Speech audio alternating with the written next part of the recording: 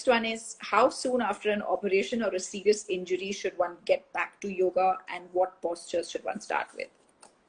Again, it's a very subjective question because it depends on the kind of injury and it depends on your doctor. So, if it's a massive injury and you need to be on bed rest for 3 months, then that's the 3 months you need to take. Depending on the duration of how long the injury is, when your doctor clears you, the second thing to find out about is whether you need physio. So often before you go into any other kind of exercise, you have to first just get your body used to movement again and get the muscles, if they've turned flaccid, into some sort of position of strength. And that usually requires very gentle movements. Could be just a basic physio to start with. Once your foundation is a little sorted, then you start with a gentle yoga practice. But again, listen to your body, listen to your doctor. Very important. A lot of people are impatient and they want to kind of jump back into that physical fitness immediately, and that can often unfortunately rebound, and then you're kind of 2 steps back behind where you started. So you got to be careful. But it is safer to start with a gentler practice like yoga than going to the gym. Physio, right? And yoga, because these kind of movements, again, physio incorporates a lot of the simple stuff that we do in yoga. So yes, something which is very mild, very easy, but very much based on what, again, the kind of injury and what you are okay to do and what you need to wait for. So if there's a bone break or if there's a muscle tear, if there's certain movements which will just make that worse or not allow that to heal properly, you need to make sure you know what you should not be doing so you can share that with your teacher. Because again, if a teacher is not aware and you just go to them and you want to do yoga, they'll unawareingly be teaching you things which may or may not help. So you need to get all the information. Yeah. So for example, I had a back problem, which was basically, discs were out of place. Ruptured, and I think you told me. Yeah, they were ruptured and then they were pressing on a nerve. So it was like 2 problems in Painful. one. And so, I sorted it out eventually, but like I was advised to start yoga. I never got around to it because you know how it is. But I think it would have been the easiest way to start. I just took like 7 months off doing nothing, put on a ton of weight. Now I'm finally shedding it all. No, and in fact, especially for things like when the discs wear out and that damage happens because of all the rubbing, wear and tear of the disc, you got to be extra careful because that sponge-like, that jelly-like thing basically softens, and that can be really painful. So yoga is fantastic. So at some point, you should definitely start again because it helps to actually, it helps to create a healthier disc actually for your spine. Yeah, because basically you want to prevent it ever happening again. That's the point, right? And I think only yoga can actually address that problem. So So anyway, and the beauty of yoga is that it goes with everything, Noor. So I always tell people that you don't have to think of it as your only form. If you love your dancing, continue your dancing, but just add your yoga into it. It's like salt. Absolutely. It goes with every single dish. There's nothing that it doesn't match with. So we're starting on Thursday, like I said. Okay. Me following you. Okay. All right. So do fat-based yoga classes like yoga lattes, power yoga, Bikram yoga, do they have significant benefits over regular yoga? I think it depends on your teacher and it depends on the class. So I think something like yoga lattes, for example, sounds like a fad, but actually I think when you do combine certain movement principles of Pilates into a yoga practice, you can actually get a really great class. But again, it depends on the knowledge of the teacher. So, for example, I've done Mat 1 Pilates certification. And because I've been doing Pilates myself, I learn it from people and I also have been certified to teach it. I incorporate those movements into my personal sessions and things like that. And I've seen that effectiveness on like core strength and things like that. But I think like everything else, you really have to do your research and try. I think classic yoga is just something that can't be beaten, So if you find a good classic yoga teacher and you like your classic movements, there's nothing that comes near it. Having said that, if you find a great class, yoga latte is good. Bikram yoga, I'm not so sure. It's not my favorite personally because I don't like it. I don't like the heat and I have.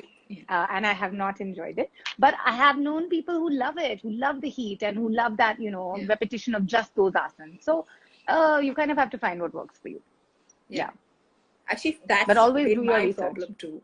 I feel like, I've done power yoga and I've done a lot of other things, but it comes down to just repeating the same kind of movements, which gets very boring for somebody like It does. me. That's exact. And I agree. So my challenge, Noor, is in my classes to make sure that I don't become predictable. I don't want people to know what the next posture is. I want to keep them on their toes a little bit because I understand I've been in that situation where don't need my teacher because I know from 1 to 15 what the last posture is going to be. So what is the point of her being there and just telling me what to do?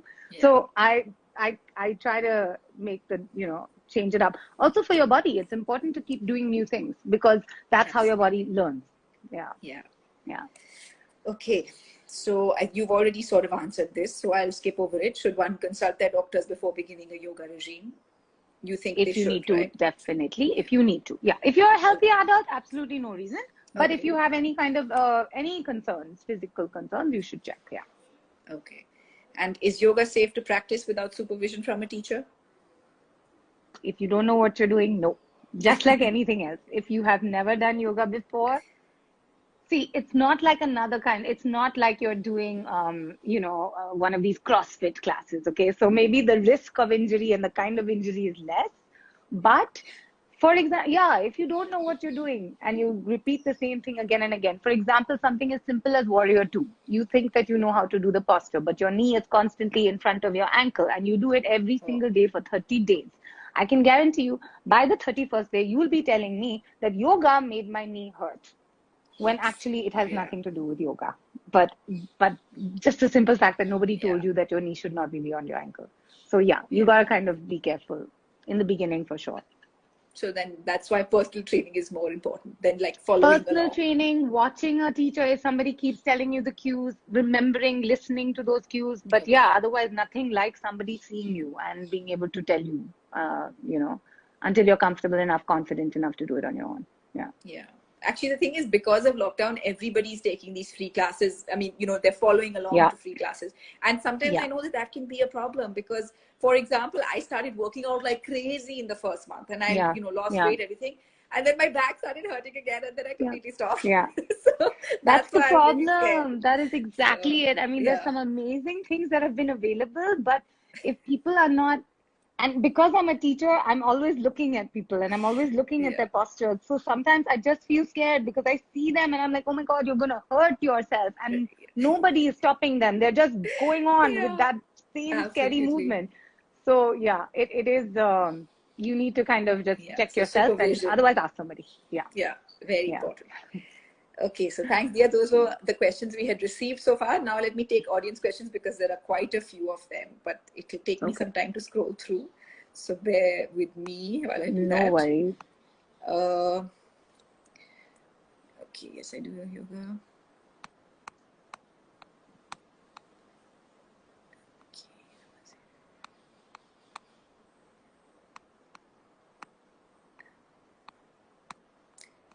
There's a lot of hellos happening. Sorry, 1 second.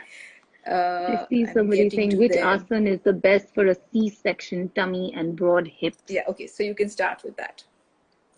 Which asana is best for a C-section? So the golden rule is after a C-section, you've got to wait for 8 weeks minimum for that surgery to heal completely. Again, you got to get the green light from the doctor. So most importantly, once that green light has been given, then you start with super simple movements because you've really had a major surgery. As much as people like to make it sound like it's minor, it's not. So you got to really be gentle. Start with like baby bridges. I mean, literally on your pelvic tilts almost. So you're on your back, you're doing a little gentle tilt, just lifting the pelvis up and down. So just getting your hips back into a mobile position. It's all about hip mobility. Most of us, after carrying a 9-month pregnancy, your hips really get strained. So not just your back, but your hips. And then that can sometimes even create a tilt. So for example, this happened to me personally after my second birth, I have a tilt in my hip. One is it's externally rotated because sometimes that can happen with natural childbirth or just a pregnancy. So you kind of have to really pay a lot of attention to your hips and just go slowly. Bridges, pelvic tilts, small leg lifts to begin with. Again, supervision, I would 100% say.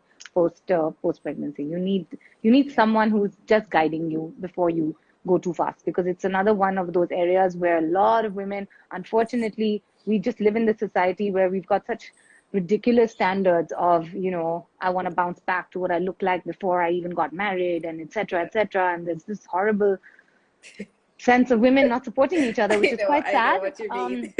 But because of that, So I just well. feel for, yeah, I really feel for these women who come to me and say, you know, I mean, how long am I going to lose the weight? And I tell them, I'm like, it took you 9 months to make your baby.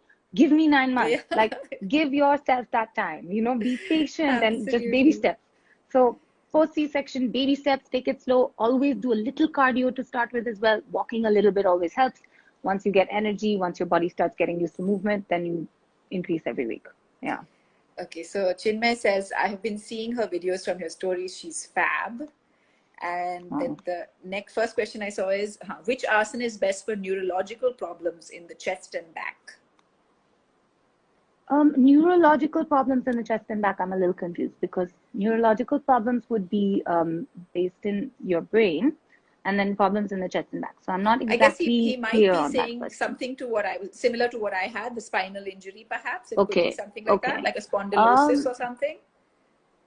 So again, I would need to meet the person, do a little bit of research. But again, depending on the kind of back pain and the back injury, again, bridges are very good to strengthen your back.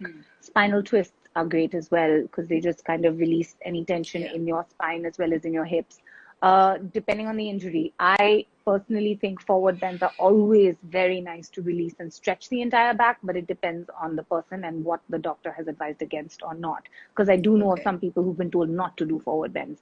So depending on that, back bends are fantastic. They energize your spine and they strengthen it like nothing else. So gentle back bends along with the standing back bend, but cobra pose, opening up the chest, those things, camel pose, great for your back and chest, because it also expands your chest. So good for both.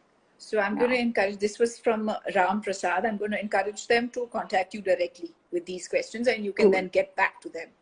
Okay, so Chinmay has asked, there is a perception that while losing weight, we can't eat carbs. What is your expert opinion on this? Is this a myth? So I'm not a nutritionist. I can only speak from a personal perspective. I do think that certain kinds of white carbohydrates don't really do anything good for your body. So I would say that if you stick to loads of raw vegetables, loads of fruits, lots of vegetables, even cooked ones, healthy proteins, healthy carbohydrates, you'll be good. Probably keep your evening meals lighter. Again, this is from my own experience. Try and get the heavier meals done in the first few hours of the day. By the evening, try and keep your meal as light as possible so that you sleep better, you digest better, and you kind of also end up controlling how many calories you put in your body as well. So, and actually that's easily done, you know. I mean, we think it's tough, but it's not. It's actually not that difficult. Yeah, we just just set a bit routine, of habit. Yeah. And while we're at home, it's been a lot easier to follow. So I'm very glad that I agree. All of us are being so healthy because we're not eating outside food. There's no temptation. Yeah. Okay. So Dr. Ani Chaudhary asks, ma'am, can you suggest skin beauty yoga?